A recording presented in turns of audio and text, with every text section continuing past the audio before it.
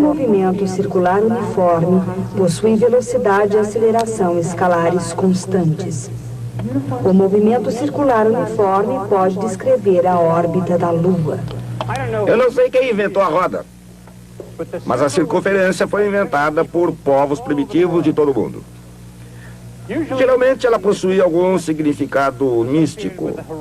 Era associada ao horizonte, ao céu, ao Deus.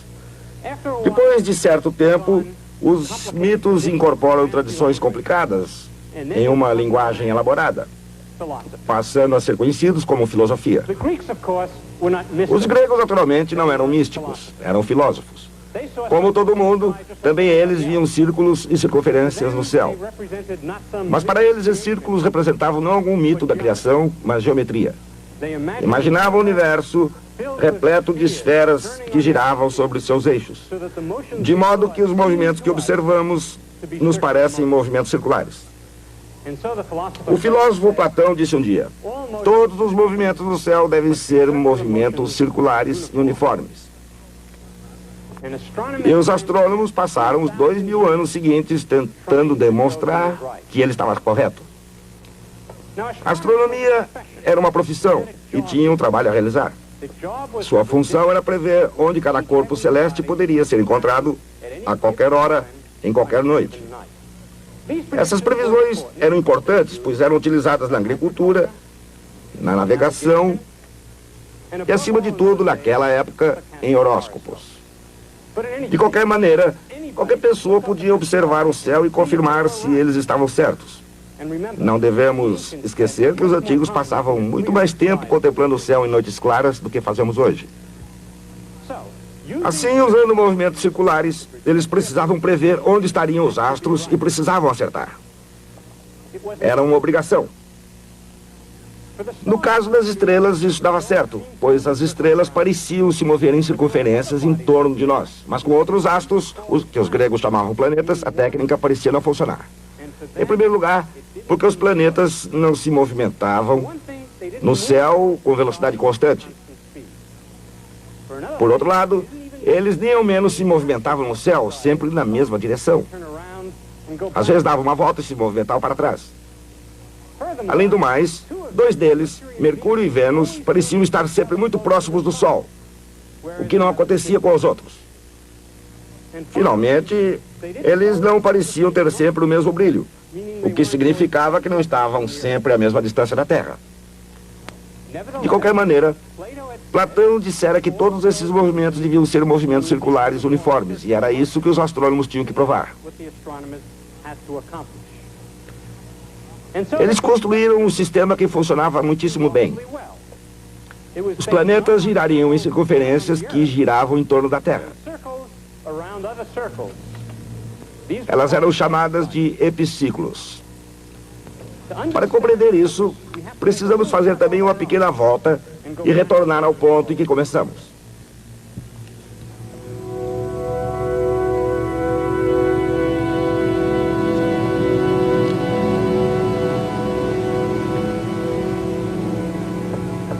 Provavelmente cada civilização antiga descobriu o círculo. Caminhando por circunferências simbólicas, os nativos americanos adoravam o Sol. Os hindus observaram o que parecia ser o movimento circular nos céus. O mesmo ocorria também com os índios Quechua, no Peru, e também com os primeiros astrônomos japoneses. As formas e formações celestes tornaram-se modelos para as estruturas terrestres. Algumas das edificações mais antigas da Mesopotâmia, datando de 5.000 a.C., baseavam-se na forma circular. Mesmo uma mão primitiva era capaz de desenhar círculos. Ao mesmo tempo em que podem ser expressos pela linguagem mais refinada da matemática, seu conceito relativamente simples permanece. O vetor que liga o centro a cada ponto de uma circunferência tem sempre o mesmo comprimento. Essa simplicidade talvez tenha sido parte de seus atrativos. De ideias simples surgiram magníficas estruturas. As imagens proliferaram, foram embelezadas e cada vez mais elaboradas. A forma circular da antiga Stonehenge, por exemplo. O homem imitava a natureza. e a natureza, por sua vez, parecia imitá-lo.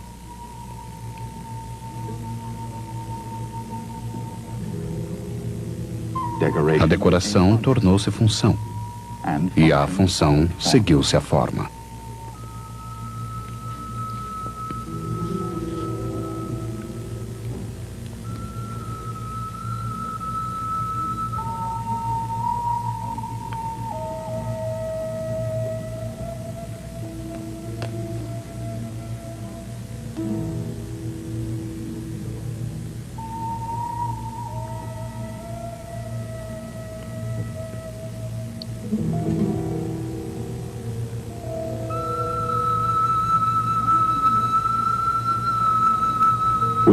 Apesar do toque humano, no entanto, nem tudo era perfeito na natureza do círculo. Às vezes era realmente necessário retornar à prancheta.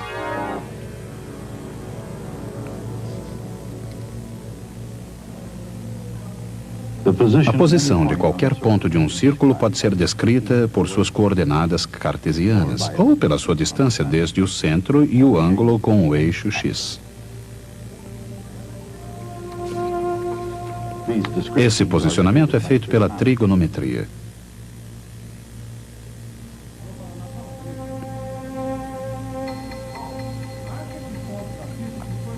Para qualquer pessoa com talento para números. O círculo é um símbolo poderoso, inerente ao universo e à maioria de suas civilizações. Em algumas culturas, não somente a forma circular do céu, mas também os movimentos celestiais circulares são tão evidentes hoje como em qualquer outra época. O filósofo grego Platão afirmou que o círculo era a forma ideal e impôs que todas as outras eram imperfeitas. Ele estabeleceu que todos os movimentos no céu eram não apenas movimentos circulares, mas movimentos circulares uniformes.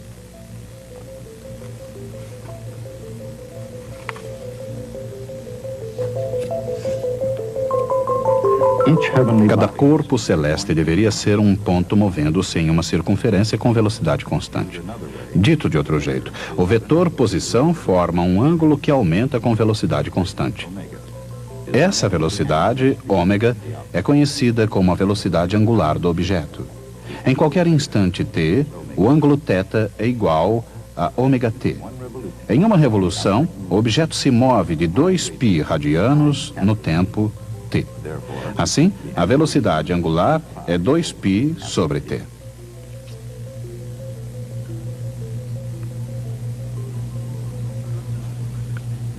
Platão frequentemente dizia que Deus praticava a geometria. Talvez seja por isso que os ideais platônicos do universo em harmonia encontraram tanta ressonância entre os estudiosos e místicos nos séculos que se seguiram. Para Platão, o universo físico estava confinado a uma esfera giratória de estrelas fixas, tendo como centro a Terra, fixa e estacionária. Dentro dessa esfera, deslocando-se em trajetórias circulares com movimentos uniformes individuais, estavam 7 planetas: a Lua, Vênus, Mercúrio, o Sol, Marte, Júpiter e Saturno, nessa ordem a partir da Terra. Os astrônomos gregos viam os planetas como corpos errantes, tanto que a própria palavra planeta significava vagar, iludir, fraudar. Os planetas eram ilusões, pois recusavam-se a obedecer ao ideal de perfeição de Platão, simbolizado pelo movimento circular uniforme. No entanto, esse ideal platônico seria finalmente aceito pelos nobres pensadores europeus. E por que não? A classe dominante e o povo têm muito em comum com os planetas. Na verdade, em qualquer nível social, o comportamento humano não é, assim como o dos planetas, muitas vezes excêntrico? E sob determinadas condições, também os homens, assim como os planetas, não tendem a vagar a esmo e parecerem ilusões? Mas na Renascença, dominada pela realeza, nem planetas nem nobres estavam sujeitos a críticas, por não serem absolutamente perfeitos. Talvez por causa disso, no céu ou na terra, o comportamento errático não significa necessariamente imperfeição. A perfeição, afinal, dependia da visão do observador, o mesmo acontecendo com a realidade. Considerando as melhores hipóteses possíveis, será que o olho nu é capaz de ver a realidade com perfeição? Nem sempre. Algumas vezes, as percepções da realidade podem ser meras sombras da realidade. Algo que parece ter seus altos e baixos, por exemplo, pode na verdade estar acontecendo em círculos. Na linguagem vetorial, a sombra de um movimento pode representar um dos componentes do movimento.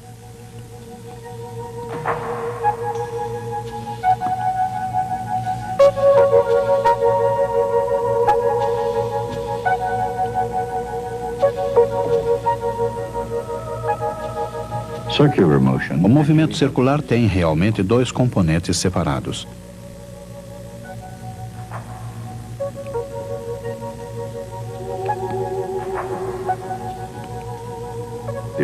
O vetor original é a sua soma.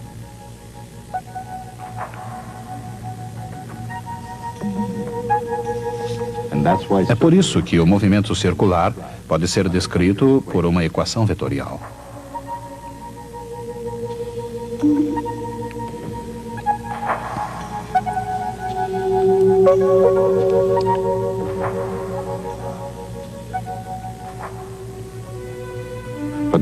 Os movimentos dos planetas, quando vistos contra o fundo estrelado do céu, eram muito complicados. Eles pareciam contradizer a ideia do movimento circular uniforme. Modelos teóricos dos movimentos planetários foram criados pelos seguidores de Platão. Cada um deles procurava introduzir algo para salvar as aparências. Em outras palavras, para tornar o comportamento observado compatível com a ideia platônica. Uma tentativa, uma invenção de Apolônio de Perga, recebeu o nome de epiciclo. Os planetas moviam-se em pequenas circunferências ligadas a uma circunferência maior, também rodando. A circunferência maior era chamada deferente e a menor, epiciclo.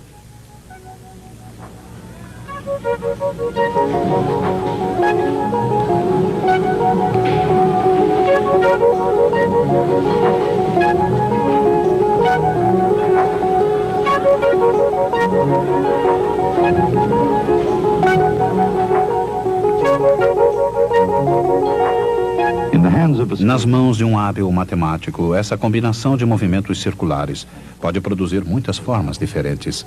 Observado do centro do deferente, isto é, da Terra, o planeta parece comportar-se de maneira estranha.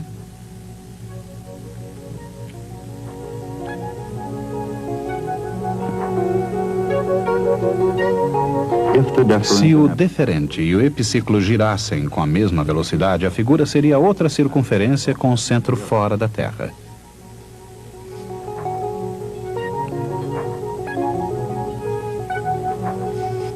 Por outro lado, se o epiciclo girasse exatamente 2 vezes mais rápido que o deferente, o resultado seria outra curva, uma elipse.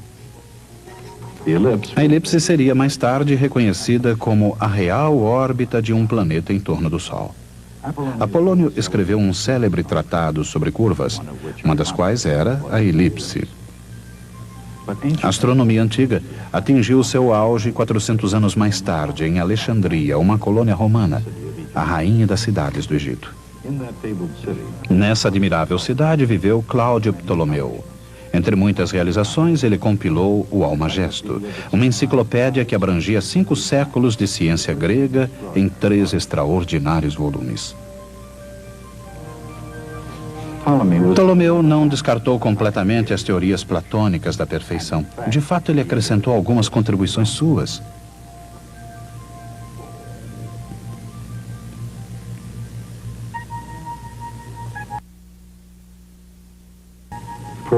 Por exemplo, o deferente dos planetas superiores, Marte, Júpiter e Saturno, não girava com velocidade uniforme em torno do centro. Ele adotou uma órbita oval para Mercúrio. Embora surpreendentes, as novidades impostas por Ptolomeu ficaram restritas a rodapés esotéricos em algumas páginas do imenso Almagesto. Foram também esmagadas pelo princípio fundamental dos astrônomos gregos, que adotavam um sistema totalmente baseado no movimento circular uniforme. As variações impostas por Ptolomeu em torno do tema perfeição de Platão foram relativamente sutis, mas tiveram um efeito profundo sobre Nicolau Copérnico. Numa tentativa de reformar o Almagesto, Copérnico colocou o Sol no centro do sistema solar. Usando epiciclos de forma liberal, ele conseguiu salvar as aparências.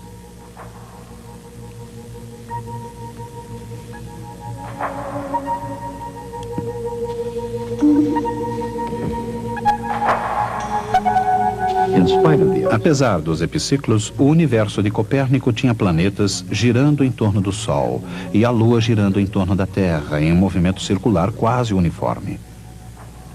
Para manter as preferências estéticas tradicionais, ele criou um novo e mais acurado modelo do sistema solar, o sistema de Copérnico.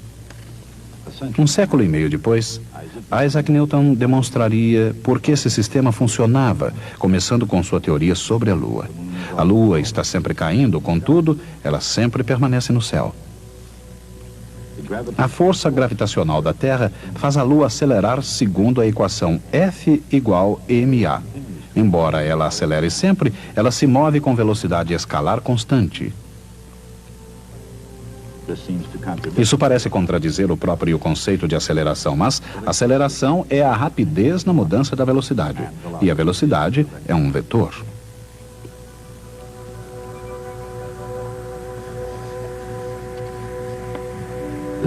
A velocidade escalar é apenas sua magnitude. Um corpo pode ser acelerado mesmo que a sua velocidade escalar seja constante, desde que mude de direção. Esse fato fica mais claro com a introdução de outro conceito, a derivada de um vetor.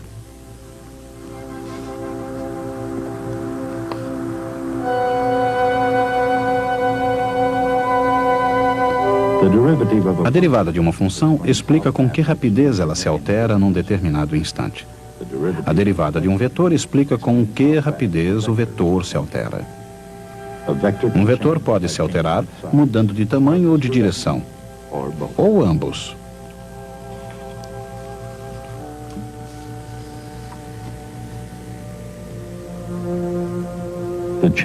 A variação de um vetor é, por sua vez, um vetor. O vetor v, embora seja sempre perpendicular a r, está submetido ele próprio a um movimento circular uniforme.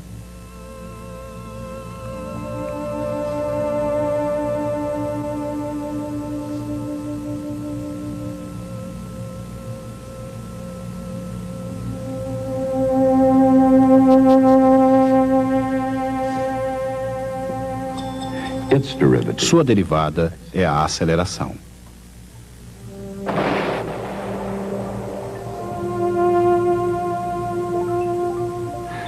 Isso soluciona o enigma de uma velocidade constante poder ter uma aceleração constante.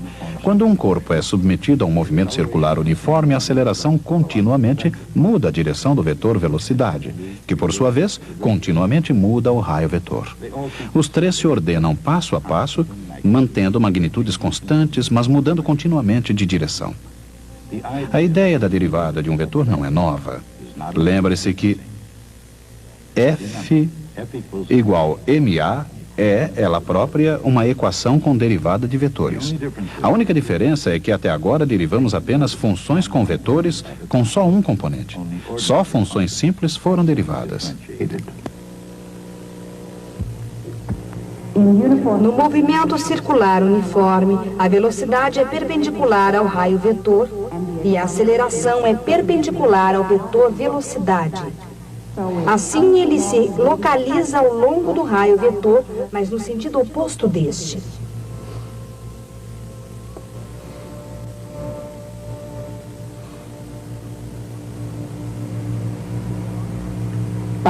Mas qual o tamanho dos vetores? V é igual a ômega R.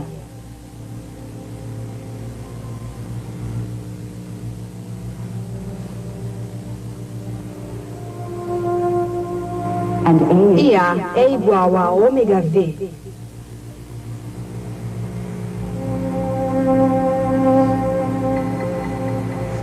Assim, A é igual a V ao quadrado dividido por R.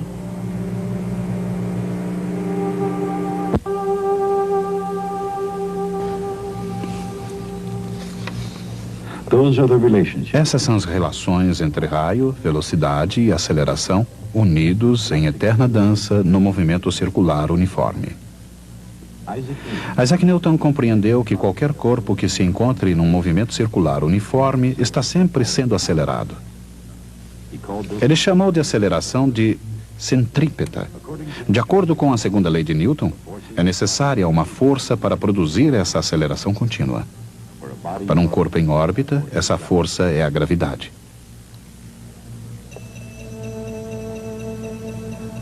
O módulo do raio vetor influirá na força gravitacional. Essa força, por sua vez, fornecerá a aceleração. Mas o movimento circular exige essa relação entre raio, velocidade e aceleração. Assim, quando um corpo inicia um movimento com velocidade adequada, sua velocidade escalar se mantém constante, e o resultado é um movimento circular uniforme.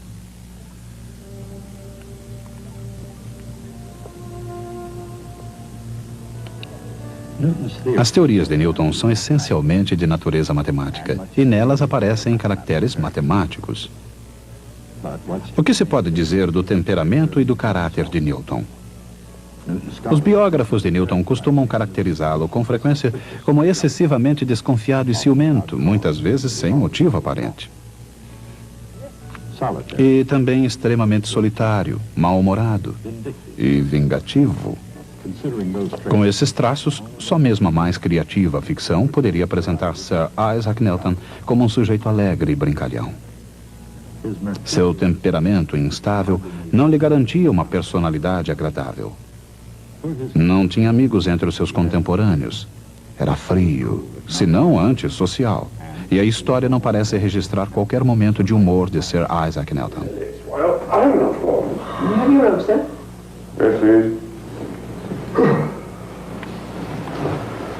What's the breakfast? I guess your favorite, sir. O desprezo de Newton pela capacidade intelectual dos seus colegas torna ainda mais surpreendente sua eleição para o parlamento. Newton não chegou a ter grandes amigos, nem momentos de descontração. Sua personalidade, assim como sua avaliação sobre Copérnico e Aristóteles, é antes de tudo um estudo de contrastes. Face à sua importante contribuição à mecânica do universo, o que importa não é o homem Newton, mas o que o cientista Newton criou. Observando suas revelações sobre a Lua, o que se disse fica evidente. Caminhou-se muito desde a fazenda que alimentou a imaginação de Newton. Muito mais distante ficou ainda o misticismo dos primeiros estudiosos do céu. Um caminho longo, uma longa caminhada do passado ao presente e daqui para o futuro.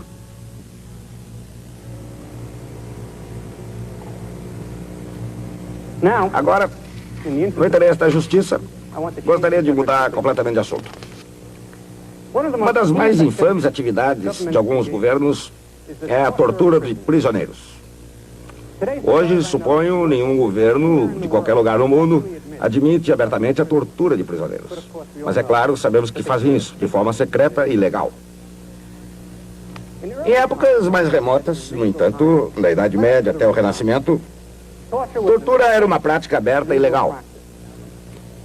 Isso significava que alicates, cavaletes, estacas e fogueiras, assim como cavalos que puxavam corpos em direções opostas e ao mesmo tempo, eram todos instrumentos de tortura usados pela polícia dos estados. Mas o fato de a tortura ser uma instituição legal oferecia vantagem até mesmo às vítimas. Primeiro, porque os carrascos eram profissionais experimentados.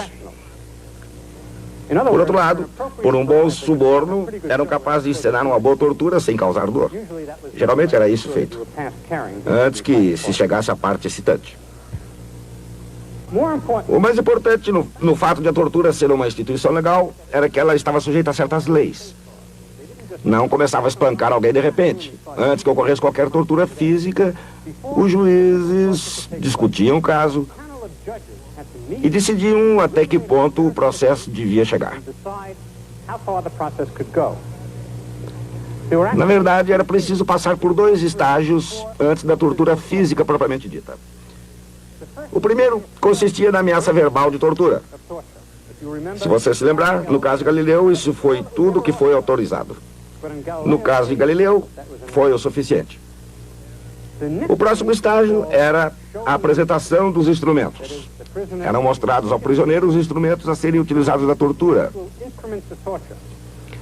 Era uma visão impressionante e quase sempre atingia o efeito desejado. Vocês podem estar imaginando por que razão estamos falando sobre um assunto tão estranho.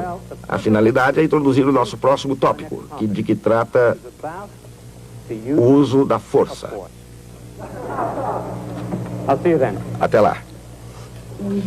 No movimento circular uniforme, o vetor velocidade é perpendicular ao raio vetor e a aceleração aponta para o centro.